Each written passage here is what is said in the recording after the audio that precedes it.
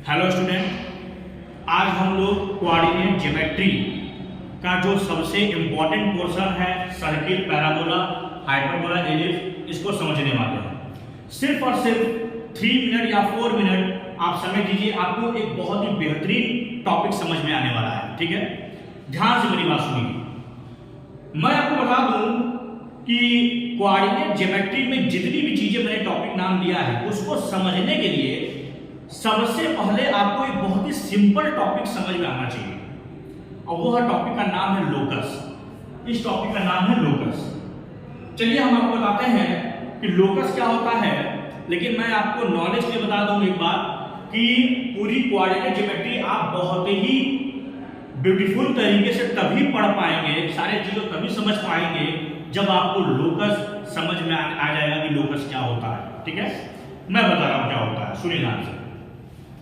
Locus का मतलब क्या होता है वो सुनिए। जैसे मान लीजिए कि मैंने आपसे कहा कि यह x है और यह आपका y एक्सिस है, और यहां पर एक पॉइंट है P और वो आपका वेरिएबल पॉइंट है। ध्यान रहे यहां पर जो मैंने पॉइंट P लिया है यह एक वेरिएबल पॉइंट है। ठीक है, अब मैं अगर इस पॉइंट P को बोलूं तुम मूव करो, मैंने कुछ भी कंडीशन नहीं दिया, केवल बोला तुम मूव करो, तो यह इनफाइनाइट तरीके से मूव कर सकता है। आपको भी मालूम है, आप खुद सोचिए कि जब यह मूव करेगा तो यह इनफाइनाइट तरीके से मूव कर सकता है।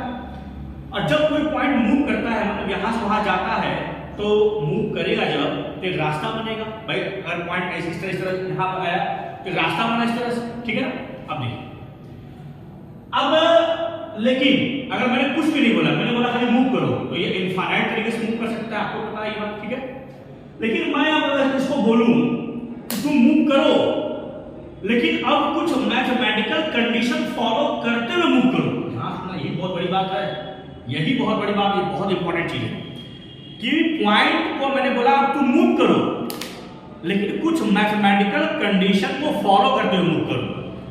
तो जब अब वो कोई मैथमेटिकल कंडीशन फॉलो करते हुए मूव करता है, तो जो इनफाइनाइट पॉसिबिलिटी थी वो सारा पॉसिबिलिटी खत्म हो। ठीक है, फॉर एग्जाम्पल मैं क्या कहना चाहता हूं, जैसे मान लीजिए कि यह पॉइंट है और मैं बोलूं यहां पर एक पॉइंट एक्स एक्सिस पर ए है और यहां पर बी है। ठीक है, अब मैं इसको बोलूं तुम मूव करो, लेकिन हमेशा हमेशा पॉइंट ए और पॉइंट बी से इक्वल दूरी पे रहना। तुम मूव करो और मूव करते हुए कहीं भी रुको, तो वहां से तुम्हारी जब दूरी में यहां से मेजरमेंट करूं और यहां से मेजरमेंट करूं तो दोनों दूरी बराबर होना चाहिए। मतलब कि अगर यहां से तुम्हारा यह डिस्टेंस अगर मान लीजिए आपका 10 सेंटीमीटर है, तो यहां से यह डिस्टेंस भी कितना होना चाहिए, 10 सेंटीमीटर। यानी कहीं भी तुम जाओ, यहां पे चले जाए तो मैं यहां से तुम्हारा डिस्टेंस मेजरमेंट करूं तो यह दूरी अगर 20 सेंटीमीटर है तो यह दूरी भी आपका 20 सेंटीमीटर। तो मैंने इसको एक कंडीशन दे दिया कि तुम मूव करो, लेकिन इन दोनों पॉइंट से हर वक्त बराबर दूरी पे रहो। तो जब यह कंडीशन फॉलो करते हुए मूव करता है तो रास्ता बनेगा, तो उसी रास्ते को हम लोग लोकस कहते हैं। मतलब लोकस क्या है? Locus is the path of the moving point, but this point move under mathematical condition. माने कोई पॉइंट है और वो कोई मैथमेटिकल कंडीशन फॉलो करते हुए मूव कर रहा है, तो मूव करेगा, रास्ता बनेगा, और उसी रास्ते को हम लोग क्या बोलते हैं, लोकस। आई बात समझ में? अब वो हम लोग कुछ भी कंडीशन दे सकते हैं मैथमेटिक्स में। जैसे मान लीजिए एग्जांपल मैं बोल दूं कि एक पॉइंट है, मान लीजिए पॉइंट P है जो कि ये फिक्स पॉइंट है, ये पॉइंट फिक्स है, और एक पॉइंट मैंने ले लिया यहां पर जो कि ये वेरिएबल पॉइंट है, मैंने बोल दिया वेरिएबल पॉइंट x, y है। अब इसको मैंने बोला कि तुम मूव करो, लेकिन हमेशा इस पॉइंट से इक्वल दूरी पे रहना। तुम मूव करो लेकिन हर वक्त इस पॉइंट से इक्वल दूरी पे रहना। तो हमने इसको एक कंडीशन दे दिया, तो वो कंडीशन क्या था कि तुम इससे हमेशा बराबर दूरी पे रहो। अब यह कंडीशन फॉलो करते हुए जब यह मूव करेगा तो रास्ता बनेगा, तो रास्ता मूव करेगा तो आपका रास्ता यह बनेगा। यानी यह रास्ता क्या है आपका, सर्किल। देखिए वो कहीं भी रहेगा, अगर यह दूरी मान लीजिए आपका r है तो यह दूरी भी r होगा, यह दूरी भी r होगा, यह दूरी का होगा, तो यह कहीं भी रुक जाएगा, पॉइंट कहीं भी रुक जाएगा तो हमेशा बराबर दूरी पे रहेगा।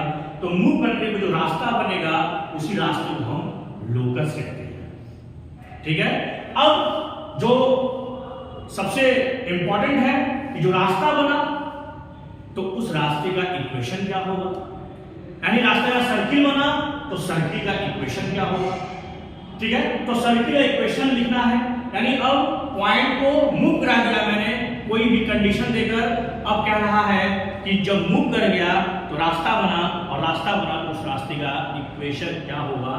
यही अब हमको सीखना है कि कोई पॉइंट जब मूव कर लिया, पॉइंट किसी पॉइंट में जब मूव कर लिया तो रास्ता जो बन गया वो रास्ते का इक्वेशन क्या होगा। ठीक है, तो हम लोग आने वाले वीडियो में सबसे इंपॉर्टेंट चीज यही सीखेंगे और यहीं से कोऑर्डिनेट ज्योमेट्री स्टार्ट होगा। ठीक है, कि जब किसी पॉइंट को मूव कराते हैं, किसी कंडीशन को फॉलो कराते हुए, किसी मैथमेटिकल कंडीशन को फॉलो कराते हुए, तो रास्ता बनता है, उस रास्ते का इक्वेशन क्या होगा। ठीक है,